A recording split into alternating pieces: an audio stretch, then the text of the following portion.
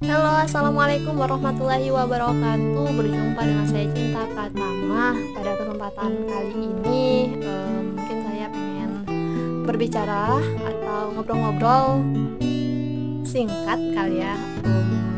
Ini untuk pertama kali saya lagi ngadain semacam apa ya, kayak ya ngobrol-ngobrol aja, terus direkam sudah gitu. Yang penting berfaedah dan bermanfaat untuk teman-teman dengar aja gitu. Kali ini ngobrolnya nggak sendirian sih, karena memang ini pertama kalinya bikin konten kayak ini. Jadi mau mengangkat sebuah tema, karena tadi itu dari rumah berpikirnya kayak bosan kayak gitu di rumah terus gitu, karena memang rumahnya deket juga sama ada temen. Jadi gas motor dikit ya udah nyampe gitu. Jadi bukan berarti keluar rumah main dan nggak taat terhadap peraturan pemerintah, enggak. Cuma lagi pengen keluar ngobrol-ngobrol, cari angin biar nggak terlalu bosan di rumah, karena udah 1 bulan ini di rumah aja gitu. Dan ya itu tadi, rumahnya juga deket dan nggak terlalu jauh atau ke kota, ke tempat keramaian, enggak. Jadi pada kesempatan kali ini saya mau ngobrol sama seseorang. Dia itu seorang perempuan, aktivis perempuan Bengkulu. Oke, mungkin pada kesempatan kali ini kita dengarkan dulu teman diskusi kita memperkenalkan diri. Silakan nih. Oke, terima kasih Cinta. Perkenalkan, nama saya Aprianti, biasa dipanggil sama teman-teman itu Bunga Apri. Iya, hari ini senang sekali karena dikunjungin sama teman adek gitu kan. Dia tiba-tiba dari rumah gitu nongol terus bilang mau diskusi gitu. Nah, terus karena diskusi kita berasa biar banyak yang denger juga, mudah-mudahan ini bermanfaat, makanya tadi idenya buat podcast kayak gini. Jadi luar biasa. Biar enggak gitu ya. Iya, biar enggak cuma-cuma gitu datangnya diskusinya. Jadi panggilannya Bunga. Ya. Penasaran jadi Bung, mau bahas apa kita pada kesempatan kali ini? Ya sangat penasaran dong. Bingung juga, deg-degan juga. Kira-kira mau ditanyain apa ini? Enggak, sebenarnya bukan ke ini sih, enggak terlalu monoton atau kayak gimana pembahasannya, lebih ke diskusi ringan aja. Karena memang bertepatan juga hari ini tuh hari Kartini. Iya, luar biasa. Mungkin kita bisa mengucapkan dulu. Iya, kita ucapin dulu ya. Selamat Hari Kartini untuk teman-teman Indonesia, perempuan-perempuan Indonesia, karena hari ini memang harinya wanita gitu ya. Iya, hari perempuan. Ya juga. Selamat Hari Kartini untuk para perempuan yang ada di Indonesia khususnya. Memang Indonesia sih. Iya.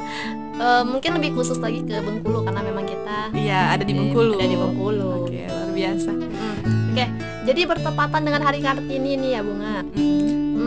Yang pengen Cinta diskusikan tuh masalah ya perempuan gitu. Jadi nggak usah deg-degan karena memang kita itu perempuan. Jadi apapun. Oh iya, benar-benar.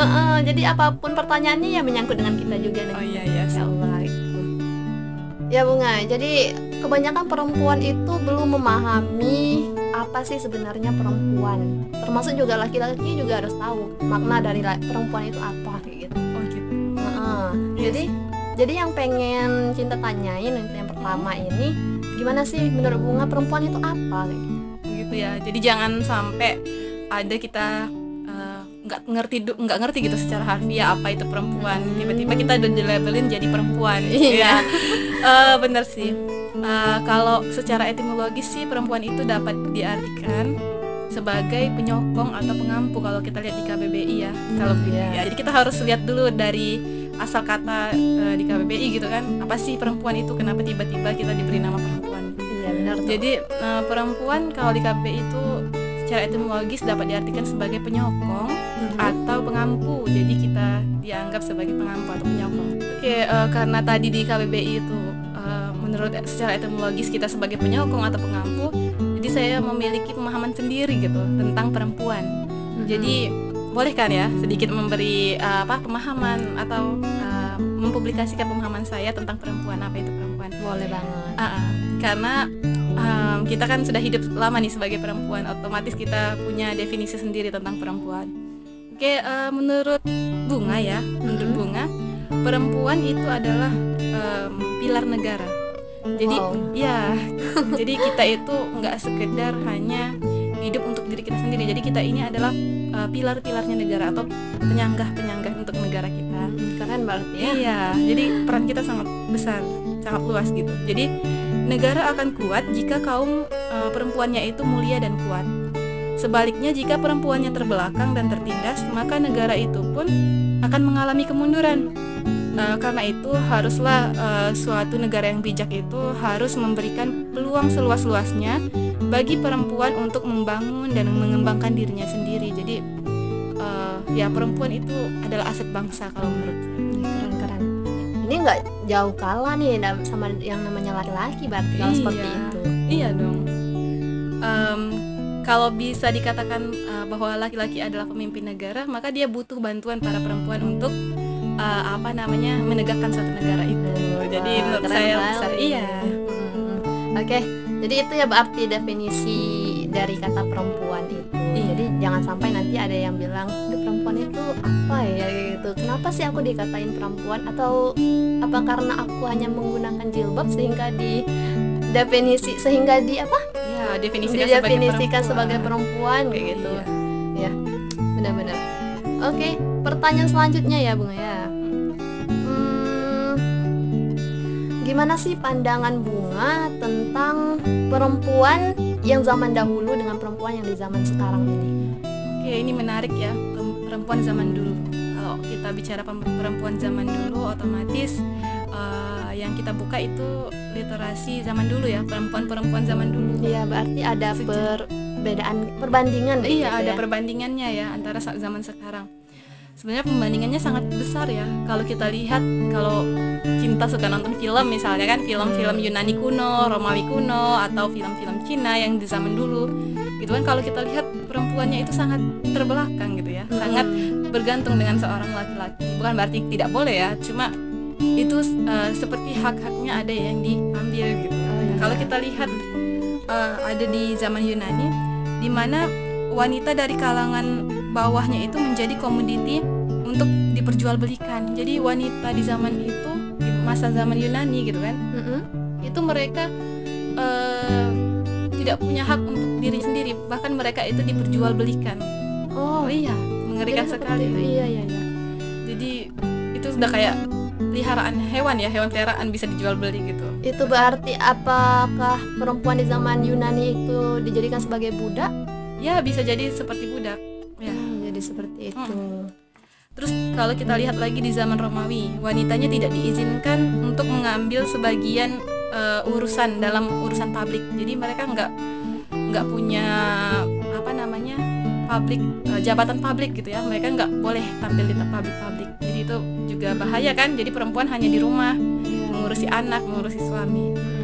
Untuk gambaran zaman dulu gitu ya, kita lihat di segi Romawi. Bahkan ada yang terdekat di negara kita, India gitu ya. Ya, dekat dengan negara kita, itu India. Bahkan di India itu ada yang namanya tradisi sati. Tradisi sati itu di mana mereka, para wanitanya itu membunuh dirinya sendiri sebagai bukti pengabdian terhadap suaminya. Jadi itu gini, tradisi sati ini mereka ketika suaminya meninggal, nah biasanya perempuan-perempuannya itu juga akan membunuh dirinya sendiri sebagai bentuk pengabdiannya terhadap suami. Itu kan udah melanggar hak-hak perempuan ya, hak manusia gitu. Iya, benar-benar. Aku tuh dari tadi tuh merinding banget loh dengarnya. Ternyata seperti itu ya kondisi perempuan yang di zaman Yunani, di zaman apa tadi? Romawi pun juga di India juga. Ya seperti itu. Bahkan yang kita kenal sekarang maju gitu ya, Eropa, negara Eropa gitu. Negara Eropa pun mereka juga punya sisi kelam tentang bagaimana memperlakukan wanita. Jadi di Eropa itu pernah ada pembantaian besar-besaran terhadap kaum wanita. Ya, jadi mereka saat itu di negaranya itu terjadi kekacauan gitu di masyarakatnya. Nah, menurut masyarakat Eropa pada saat itu, bahwa yang menjadikan negara itu kacau adalah seorang wanita. Jadi dia itu adalah seorang wanita yang karena dianggap wanita itu memiliki kekuatan sihir sehingga menjadi sumber musibah bagi masyarakat Eropa. Jadi wanita itu dianggap penyihir. Jadi mereka bahkan membantai pada tahun 1481 sampai 1499 Mahkamah Inkuisi Gereja telah membakar 10.220 orang perempuan. Dan tertuduhnya adalah kaum perempuan yang menyebabkannya kekacauan itu. Menarik, ini menarik. Itu kayak keyakinan di sana ya gitu. Iya. Jadi mengerikan kan. Eropa yang kita anggap udah maju sekarang itu ternyata punya sisi kelam juga terhadap perempuan gitu kan. Bagaimana mereka memperlakukan perempuan. Nah, kalau kita bandingkan kalau zaman sekarang, ya otomatis jauh sekali ya bedanya ya. Bahkan perempuan sekarang itu punya kesetaraan dalam jabatan publik ya. Mereka bisa menjadi tokoh di di masyarakat gitu. Bahkan sekarang perempuan juga punya boleh mengecap pendidikan ya. Kalau di Indonesia sendiri, kalau kita lihat di sejarahnya Kartini, di sana juga tergambar bahwa perempuannya itu tidak bisa mengecap pendidikan ya. Mengecap pendidikan hanya orang-orang tertentu ya yang punya status bangsawan yang bisa. Jadi itu sangat menyedihkan kan. Kalau sekarang otomatis pendidikan kita udah bisa gampang, bahkan ada yang S3 ya, sampai ada profesor. Jadi alhamdulillahnya sekarang perempuan udah tidak tertindas lagi. Jadi jauh, perbandingannya sangat jauh. Iya, luar biasa ya, sangat jauh sekali perbandingannya. Berarti itulah pentingnya kita dalam membahas mengenai sejarah ini. Aku merasa kayak kerdil banget loh setelah mengetahui ilmu ini kayak gitu. Masya Allah. Keren-keren. Oke, jadi seperti itu ya perbandingannya perempuan yang di zaman dahulu. Tapi bagaimana dengan perempuan yang di zaman Rasulullah SAW? Oh iya benar. Benar ya, karena kita kalau bahas zaman dulu pasti otomatis kita teringat Rasulullah ya. Iya. Karena ini otomatis perempuan di zaman dulu juga ada perempuannya zaman Rasulullah, para sahabi ya. Nah makanya ini luar biasa pertanyaannya. Masya Allah. Itulah bedanya Islam ya. Ketika mereka memperlakukan wanita gitu, memuliakan wanita. Dan pada saat itu zaman di mana perempuan itu diakui, itu memang pada zaman masuknya Rasulullah sebagai nabi gitu, membawa aturan-aturan itu. Jadi perempuan perlahan mulai dihargai gitu ya. Berarti dari sebelumnya yang sama juga nggak dihargai sama sekali. Sama sekali. Bahkan pada zaman itu kan sebelum Rasulullah membawa risalah dari Allah ya, dari Allah. Bahkan di Arab sana, di Arab ya, di Arab, di Mekah gitu kan, di kaum Quraisy atau Arab Badui, itu mereka mengatakan bahwa punya anak perempuan itu adalah aib ya. Kalau kita lihat mereka ketika punya anak bayi perempuan yang lahir perempuan, maka mukanya merah padam karena malu, menganggap itu adalah aib. Jadi itu kondisinya sama dengan sebelum adanya risalah yang diturunkan Allah kepada Rasulullah. Jadi perbandingannya nggak jauh beda ya, sebelum ada Islam. Jadi kalau kita spesifikkan, sebelum zaman Islam perempuannya itu kondisinya sama, tertindas dan terbelakang. Dan setelah Islam masuk, itu bahkan perempuan itu disamakan dengan para ratu gitu ya. Jadi para ratu gitu ya, para ratu-ratu bangsawan gitu yang diperlakukan khusus. Jadi mereka semuanya mulia, semuanya berharga. Bahkan perempuan zaman Rasulullah itu ada yang diizinkan untuk berperang bersama Rasulullah pada zaman itu. Kalau kenal itu ada tokohnya Nusaibah. Nusaibah itu dia wanita tangguh ya. Iya, aku pernah dengar cerita itu. Keren kan? Iya, keren dia banget. Bahkan boleh memimpin pasukan oleh Rasulullah. Walaupun pasukan kecil gitu ya. Tapi ya di sana aja sudah terlihat Rasulullah tidak pernah mendiskreditkan perempuan. Bahkan dia boleh mengerjakan, memang ada batas-batas, tapi dia boleh mengekspresikan dirinya. Walaupun itu kalau perang itu biasanya kan pekerjaan laki-laki, tapi ternyata Rasulullah mentoleransi gitu ya, ternyata perempuan boleh ngambil andil di bidang itu juga. Luar biasa ya. Keren. Oke Bunga, ini baru 2 pertanyaan loh, udah seru ya pembahasannya. Aku tuh semakin pengen nanya lagi kayak gitu. Oke, silakan nggak apa-apa. Tapi ini pertanyaannya agak sedikit sensitif ya kali. Sensitif nih. Karena pertanyaannya bukan tentang jodoh kan ya? Bagaimana perempuan dalam mencari jodoh kayak gitu. Jangan dong. Karena belum dapat juga nih ya. Oke. Jadi pertanyaannya simple. Hanya berapa kata ya.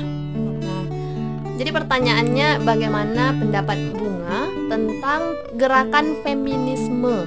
Oh iya. Nah, sekarang itu kayak booming ya. Booming tentang gerakan feminisme itu dan kontroversi juga. Nah, ada yang setuju, ada yang tidak. Jadi bagaimana pendapat Bunga tentang itu? Feminisme ya.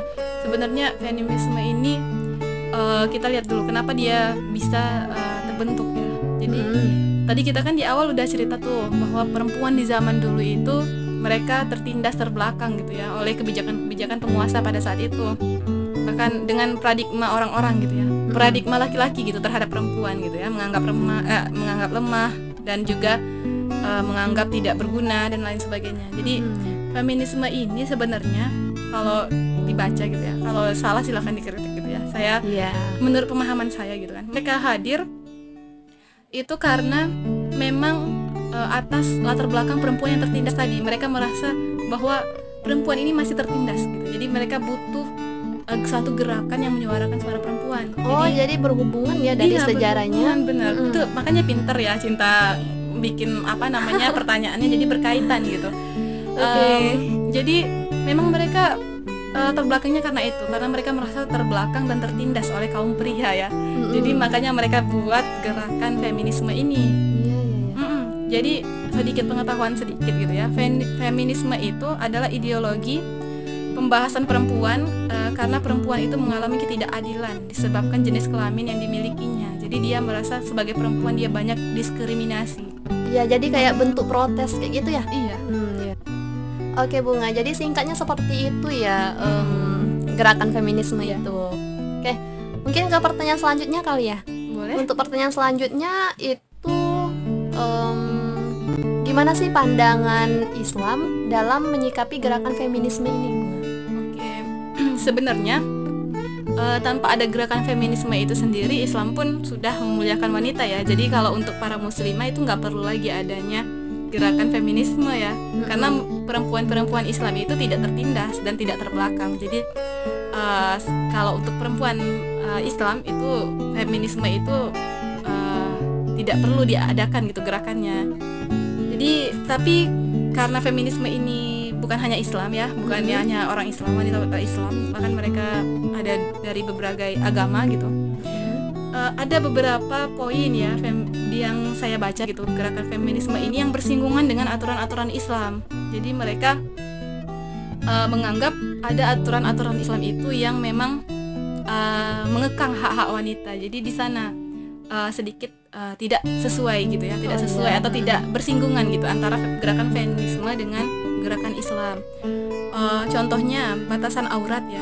Jadi kalau dalam Islam itu batasan aurat perempuan itu ada dari rambut, dari atas kepala sampai ujung kaki ya, kecuali telapak tangan dan muka. Jadi bagi para penggerak feminisme itu adalah bentuk pengekangan atas hak asasi perempuan. Jadi mereka menganggap harusnya perempuan itu boleh dong berekspresi, dia mau pakai baju apa aja gitu kan.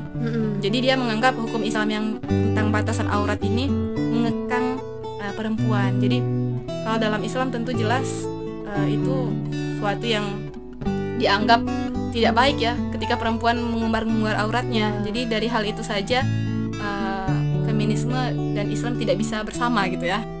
Oh, jadi seperti itu ya Bunga. Apakah itu artinya mereka itu tidak setuju dengan perempuan-perempuan yang memakai hijab? Bukan.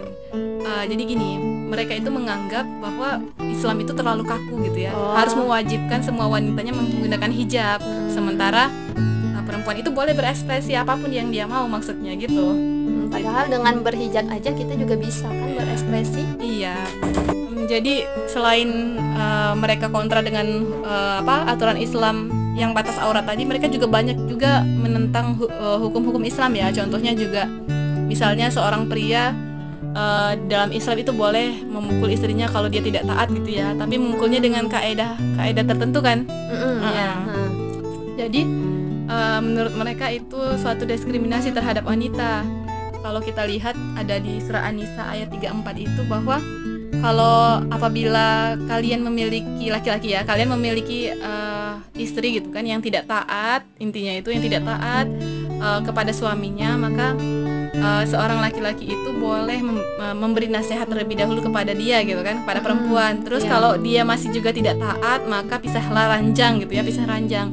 Nah setelah mereka pisah ranjang, kalau masih tidak taat, Al-Quran mengajar ya, ini kan menurut keyakinan masing-masing bahwa katanya maka pukullah ia gitu ya, pukullah ia itu dengan cara yang ditentukan, tidak boleh memukul wajah, fisik, bahkan boleh yang dicontohkan Nabi Ayub ya, yang sakit itu, yang sakit seluruh tubuhnya, mukul dengan bagian kaki gitu, bagian kaki, karena tidak taatan istrinya. Jadi itu menurut Islam boleh gitu ya, tapi tidak menyakiti fisik secara berlebihan, hanya untuk biar istrinya taat.